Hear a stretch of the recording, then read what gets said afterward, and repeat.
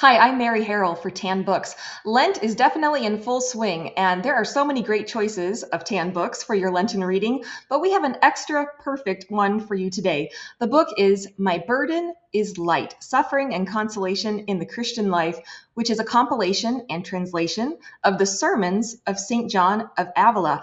And today we're welcoming the translator and independent scholar of that book, Brandon Otto. Brandon, tell us about St. John of Avila. And I think people might be confused. There's Teresa of Avila and St. John of the Cross, and then there's St. John of Avila, but they're not they're not quite as connected, at least St. John of Avila, to those first two. So tell us about the relationship and the age in which they lived. They all lived about the same time in the 1500s. They were all contemporaries. John of Avila actually helped edit Teresa's autobiography, so they did know each other a bit. But John wasn't a Carmelite. He was mainly a parish priest who then became basically a local missionary. He'd travel around and basically give like parish missions. He did a little work, helped start some seminaries, and taught for like a year or two, but his main job was just traveling around preaching. And so, Brandon, explain the format of this book because I think people often pick up books that are the writings of saints and their reflections, but not always their sermons. It's kind of a different beast to tackle. Yeah, because Saint John was a preacher, he had so many sermons. I forgot to bring it with me, but I have the volume of his sermons, and it's probably about this thick.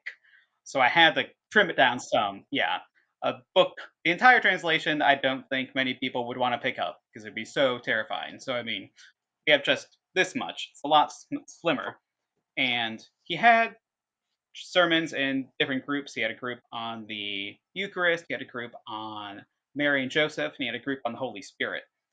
Each of those are still pretty long, especially the one on the Eucharist is each sermon is probably like 30 to 40 pages, and there's probably 15 to 20 of them.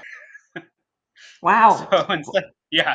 instead of trying to translate one of those large chunks, I decided to pick different sermons from different collections to that all have a through line of a similar theme.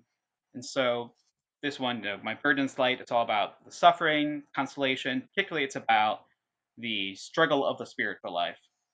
So the book's split into three sections. The first one is Waging a War, which regards our souls. And these are all specifically about that struggle in the spiritual life. They're actually all Lenten sermons, so they're particularly appropriate for right now. And then part two is Celebrate His Suffering with Joy. And these two are about Jesus as our model. One is the life of Christ, a pilgrimage, where it's about how Christ's whole life was a pilgrimage. And then, as the name says, and then the second one is Processions of Passion and Procession of Joy, which is one of his sermons on the Eucharist, particularly for Corpus Christi. So it compares and contrasts the Way of the Cross, the Procession of Passion, and then the processions with the Eucharist on Corpus Christi. And then the third one is They Who Keep Vigil and Keep Us Awake. And these are all sermons about different saints as examples of how to succeed in the struggle of spiritual life. Brandon, if you have a 40-page sermon, was he giving these in the context of a homily at Mass? I think it was, yes. People were a lot more used to it back then. There's lots of other preachers had similar length sermons, so Wow. Wow. That's impressive. yeah. There you go. There's an aspirational goal for all of us for Lent to get through the, I don't know, hour and a half sermon in the middle of Mass. Mm-hmm. That's fantastic. Brandon, what is the challenge of taking sermons that are, first of all, in a different language, but then also 300 some years old and translating those for a modern day audience? I try and stay as close as I can to the original. So instead of trying to reword things to be easier for the modern audience, I try and stick to how he wrote it and the pattern of his sentences and everything. And instead, I use footnotes to try and help explain bits that are hard to understand or allow these references. I mean, a lot of preachers, the doctors of the church, they're very well read in scripture and in the fathers, so they can pull out all these references that maybe some of their audience would know, but people nowadays might have no idea about. So I have to have links for all those, and then just some of those cultural references. Like I remember there's one particular one where he's talking about, I think it's an example of how people are distracted instead of focusing on God. They just while away their time and frivolous activities, and he talks about this jousting game that they would play. I think it was like a gambling jousting game. Yeah, so I managed to find someone online who was very into games and had a complete catalog of like every possible like martial game that they could find from the 1500s to the 1800s. So I had to find sources like that to explain some of these. Wow. That's a scrolling used to look a lot more dangerous of wasting away your time if it's jousting. Man. Brandon, was St. John of Avila a favorite saint of yours before you started on this project? And if so, or if not, how did doing all this work affect your own faith and your, what you would say, your relationship with the saint, or how you look at them, or how he factored in your own spiritual life? I knew very little about St. John before I started this. I managed to find most of his works in Spanish just cheap at a used bookstore. And I just like to collect books. I've got many behind me. This is just a small portion. Um, and part of that is also just so little of his writings in English. As far as I know, there was one other collection that I think Paulist Press put out in maybe the 80s. But besides that, I don't know if there's been anything else of his works beside that's geared towards the typical reader, not just towards the academic. So I didn't know much about him, like most of the people who are going to be buying this book.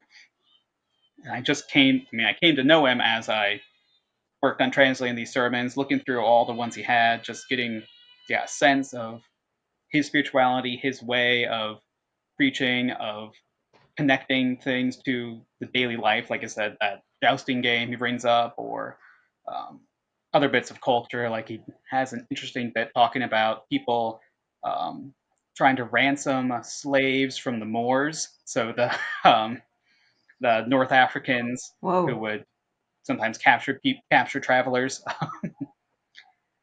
And I just came to know. I feel like I know him more now from just encountering him in these sermons. Mm. I read that Pope Benedict the 16th made St. Mm-hmm. John of Avila a doctor of the church a decade ago now. So, what do you think it is in what he writes? What recurring themes or topics do you cover in the book? And what was it, do you think, that has made his teaching, that made him worthy of being a doctor of the church? I think a lot of it is that a lot of it is the fact that he was preacher to the people. That most of the other doctors of the church, they're a lot of them are theologians, or they're monks, they're nuns, they have these specific jobs they have to teach, but they don't speak to the people directly as much. And even the bishops, they have the responsibility of leading, but they also have to deal with all the politics of being a bishop, of dealing with controversies, while the preachers just go and speak directly to the people. Like I said, he's basically did parish missions most of his life, all throughout Spain. I think a lot of it is just that focus on a doctor who's less of an academic and more of a popular preacher. Mm. Were his sermons well received and popular at the time? Because, like you said, you didn't know him very well before starting this. I certainly didn't know him very well. But this is a beautiful book full of many nuggets of wisdom and consolation for people who are suffering. I think they were, yeah. I mean, a lot of these sermons, we have them because St. John was trying to write them down to work on them. A few of them he only like partly finished. He only wrote down some notes for the ends of some of them. But then a lot of them we have because his listeners heard them and then tried to write them down. So definitely he was popular. He was known as the Apostle of Andalusia in Spain. So he was already, I think in Spain, he was probably a lot more well known than he is here. And when I've looked up, it's pretty easy in Spain to find copies of his works around, or I found a bunch of Spanish ebooks where they have a bunch of his work together. So I think it's more he's known in Spain, but he's just hasn't really been translated Mm. outside of that. All right. So if you're just Joe Catholic and comes to you and says, Brandon, what should I pick up for Lent? Oh, I see you translated this book. What makes this book great Lenten reading for me right now in this Lent this year? So I focus again on how it helps you focus on how spiritual life is always a struggle. They talk about how if you're not advancing in the spiritual life, you're just falling backwards.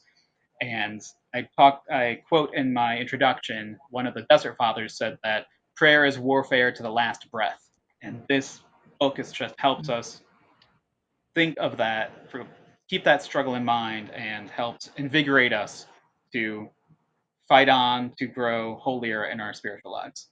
Always a good ammunition to keep growing in your spiritual life, for sure. Again, the book is My Burden is Light, Suffering and Consolation in the Christian Life. You can find it right here at tanbooks.com or ask about it at your local Catholic booksellers. Brandon, congratulations on finishing what I'm sure was an immense project, a beautiful work, and thanks for joining us today.